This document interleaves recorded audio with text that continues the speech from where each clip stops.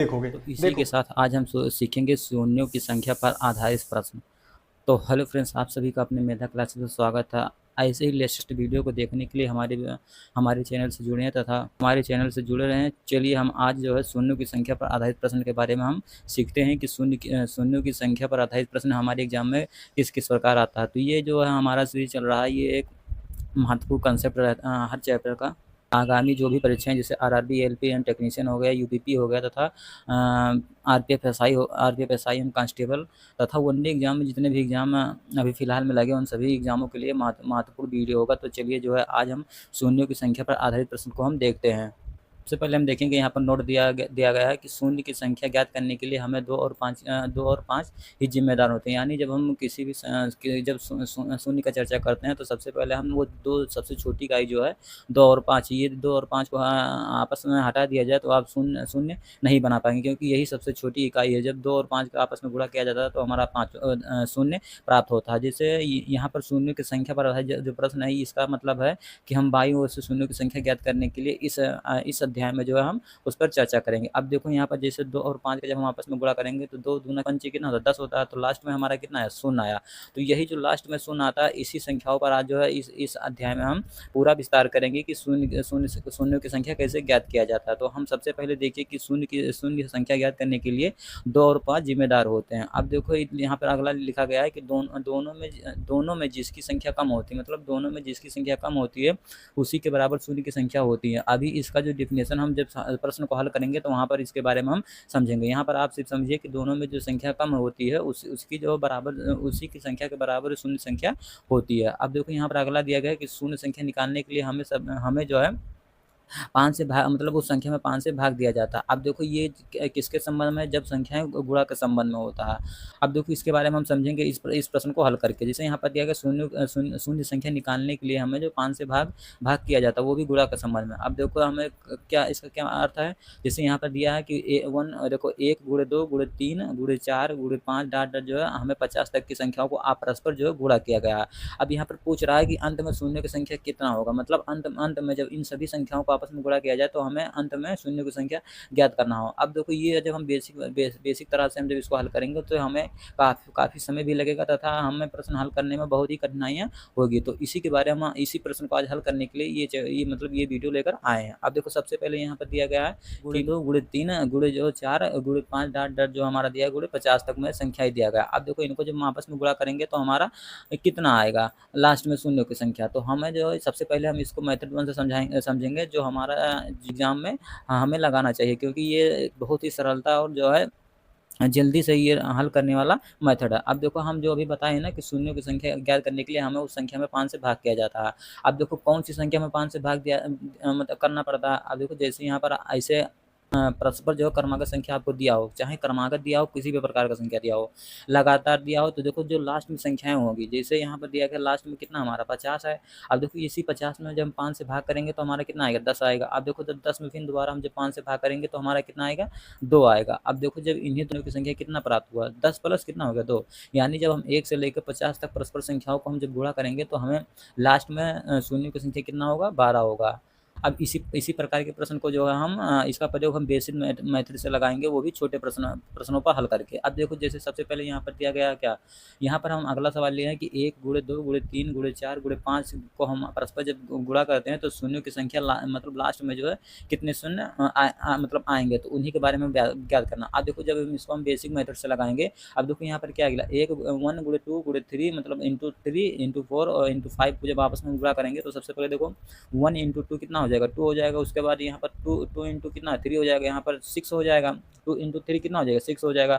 अब देखो यहाँ पर 6 बचा, 6 इंटू 4 करेंगे तो कितना हो जाएगा, 24 आ जाएगा। अब देखो जब हम 24 को 24 में गुणा करेंगे तो हमारा टोटल कितना आ जाएगा, 120 आ जाएगा। यानी जब हम 1 से लेकर 5 तक परस्पर संख्याओं को आपस में गुणा करेंगे तो हमारा टोटल संख्या कितना आएगा, 120 आया।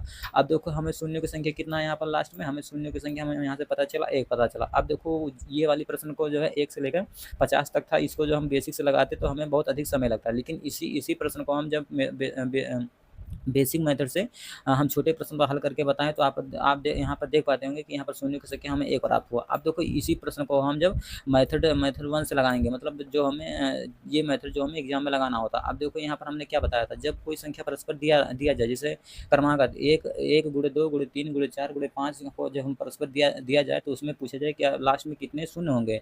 अब देखो हमने बताया था कि जो लास्ट में संख्या होगी उसमें हम 5 से भाग करेंगे। अब देखो 5 से जब हम 5 में जब 5 से भाग करेंगे 1 प्राप्त होगा।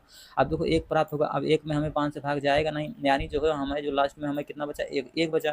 तो यहाँ पर हमें शून्यों की संख्या क्या ज्ञात हुआ, हमें शून्यों की संख्या 1 प्राप्त हुआ। तो यह देखो इस वाले मेथड पे हम जब यहाँ पर जब मेथड 1 लगाकर लगाए तो यहाँ पर अधिकतर बच्चे समझ नहीं पाए होंगे कि ये कैसे लगा। लेकिन जब हम इसी प्रश्न को जब हम छोटे प्रश्न पर प्रयोग करके जब इसको हम बेसिक से लगाकर आपको बताएँ, उसके बाद हम जब इसको जब मेथड 1 से लगाकर बताएँ, जो हमने पहले सवाल पर प्रयोग किया था, तो यहाँ पर हमें शून्य की संख्या मतलब 1 प्राप्त हुई, यानी तो हमें आशा होगा कि जो है ये कंसेप्ट आप समझे होंगे। तो सबसे पहले चलिए हम देखते हैं प्रीवियस ईयर क्वेश्चन में किस प्रकार इसका क्वेश्चन आता है।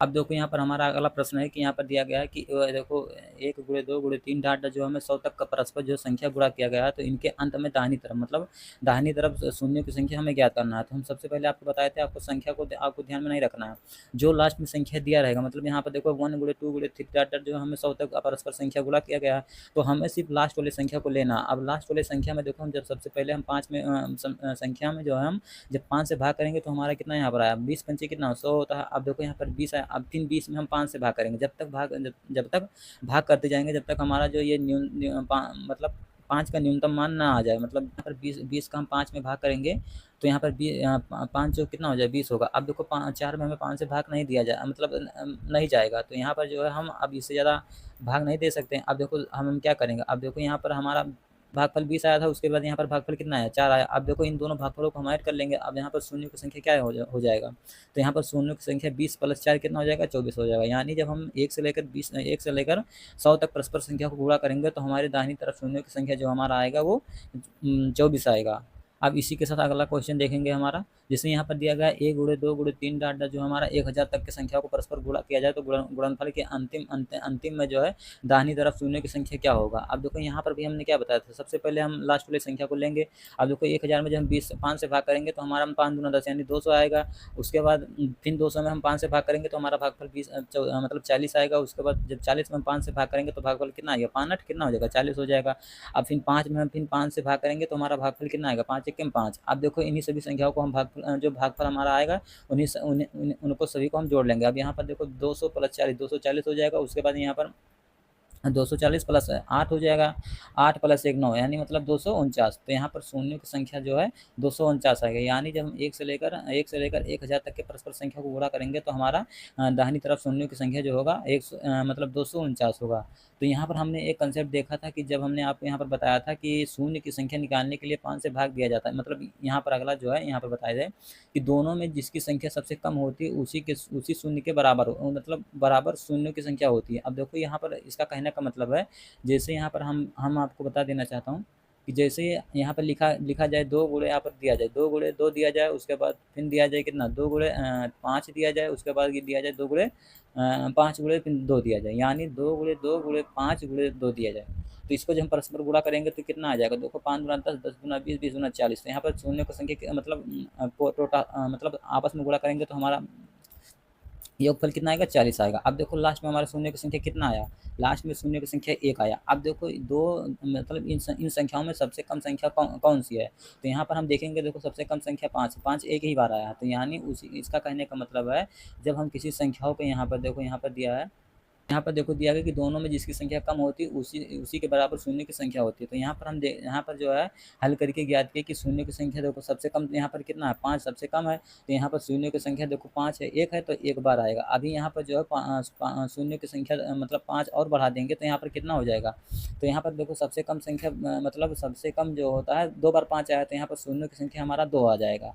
तो उस मतलब नोट का यही। और इसी के साथ हम अगला कंसेप्ट देखेंगे कि हमारा अगला कंसेप्ट क्या है। अब देखो इसी प्रकार जो हमारा टाइप 2 प्रकार के सवाल आता है, जिसे यहाँ पर दिया जाए कि 80 फैक्टोरियल क्या होता है। मतलब यहाँ पर फैक्टोरियल के बारे में आप समझ लीजिए। जैसे यहाँ पर दिया जाए कि 8 दिया जाए, उसके उसके बाद जो है हमें इस प्रकार जो है चिन्ह दिया जाए, तो ये हमारा होता है, ये फैक्टोरियल का चिन्ह होता है। अब फैक्टोरियल का मतलब होता है कि हम जब 8 मतलब 8 के बगैर हम फैक्टोरियल का चिन्ह लगा देंगे, तो इसका मतलब होता है कि 8 का 1 से लेकर 8 तक जो है परस्पर संख्याओं को आपस में गुणा करना। मतलब 8 का देखो, जब हम 1 गुणे 2 गुणे 3 डॉट डॉट जो है गुणे 7 गुणे 8, मतलब 8 तक हम परस्पर गुणा करेंगे, तो इसका जो फैक्टोरियल का मतलब यही होता है कि 1 से लेकर 8 तक संख्या को परस्पर गुणा किया जाए, उसी का मतलब होता है फैक्टोरियल। तो यहाँ पर जो आप फैक्टोरियल के बारे में समझे होंगे। तो यहाँ पर जो हम फैक्टोरियल के बारे में देखें, अब देखो यहाँ पर दिया गया कि 80 फैक्टोरियल के परिणाम के अंत में जो शून्य की संख्या ज्ञात कीजिए। यानी जो दिया गया 80 के परिणाम के अंत तक शून्य की संख्या ज्ञात कीजिए। अभी हमने बताया कि फैक्टोरियल का मतलब होता है जिस संख्या के बाद में फैक्टोरियल चिन्ह लगा रहेगा, उसका मतलब होता है कि लगातार क्रमागत जो है उतनी बार संख्या ज्ञात, मतलब उतनी बार संख्याओं को गुणा करना। अब यहाँ पर 80 फैक्टोरियल दिया गया, तो यहाँ पर देखो 1 गुणे 2 गुणे 3 गुणे 4 गुणे डॉट डॉट जो हमारा 80 तक, इसको परस्पर हम गुणा करेंगे। तो फैक्टोरियल का मतलब इसी ये मतलब यही होता है कि जैसे यहाँ पर 7 दिया जाएगा, तो उसका मतलब होगा कि एक से लेकर 7 तक आपस में गुणा करना।